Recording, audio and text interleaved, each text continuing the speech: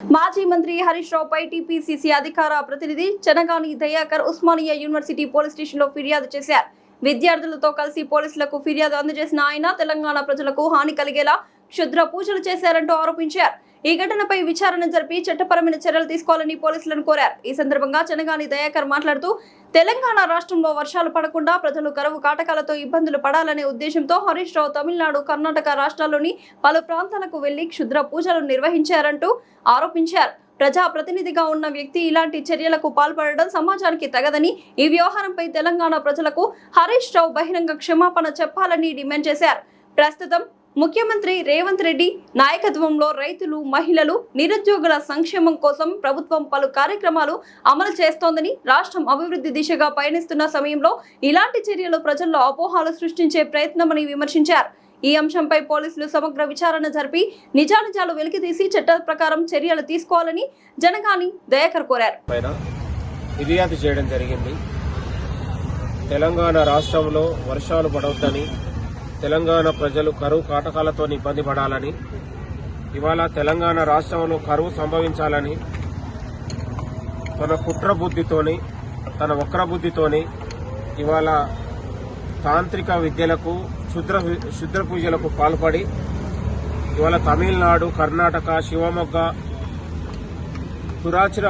తురాచిరపల్లి ఏరియాలకు వెళ్లి ఇవాళ పదే అక్కడికి వెళ్లి క్షుద్ర పూజలకు హరీష్ రావు పాల్పడడం అనేది అత్యంత నీచమైన చర్యగా మేము భావిస్తా ఉన్నాం.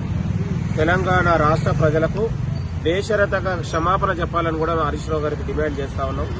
ఒక సభ్య సమాజంలో ఒక ప్రజాప్రతినిధిగా ఉండి ఇలాంటి కడుపు కుట్రతోని ఇవాళ తెలంగాణ రాష్ట్రంలో ముఖ్యమంత్రి రేవంత్ రెడ్డి గారి నాయకత్వంలో రైతులు, మహిళలు, నిరుద్యోగులు సంక్షేమ పథకాలతోని 2.5 ఏళ్లుగా తెలంగాణ రాష్ట్రం ప్రపంచ దేశాలకు పోటీ పడే విధంగా దేశంలోనే ఒక ఉన్నటువంటి విద్య, ఉపాధి, ఉద్యోగాలు ఇచ్చే రాష్ట్రంగా ఎదుగుతున్నటువంటి సందర్భంలో ఇవాళ హరీష్ రావు గారు కుట్ర పన్ని ఇవాళ క్షుద్ర పూజలకు పాల్పడడం అనేది చాలా నీచమైన చర్యగా మేము భావిస్తా ఉన్నాం.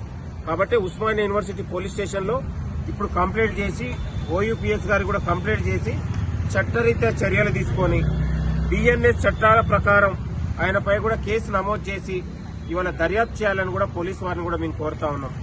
ఇవాళ మూడో నెల 2026 తిరాజ్పల్లి తమిళనాడు, 31/5/2026 నుండి 1వ తారీఖు 6వ నెల 2026 శివమొగ్గ కర్ణాటక, 2వ తారీఖు 6వ నెల 2026 తిరాజ్పల్లి తమిళనాడు, 23వ తారీఖు 7వ నెల 2026 శివమొగ్గ కర్ణాటక లాంటి ప్రాంతాలకు వెళ్లి పదే అక్కడ క్షుద్ర పూజలు, తాంత్రిక విద్యలకు చేపట్టి తెలంగాణ రాష్ట్రంలో ప్రజలు సుఖశాంతులతో ఉండకుండా కరువుతోనే అల్లాడిపోవాలనే ఒక నీచమైన బుద్ధితోనే హరీష్ రావు ఇలాంటి చర్యలకు పాల్పడ్డాడు.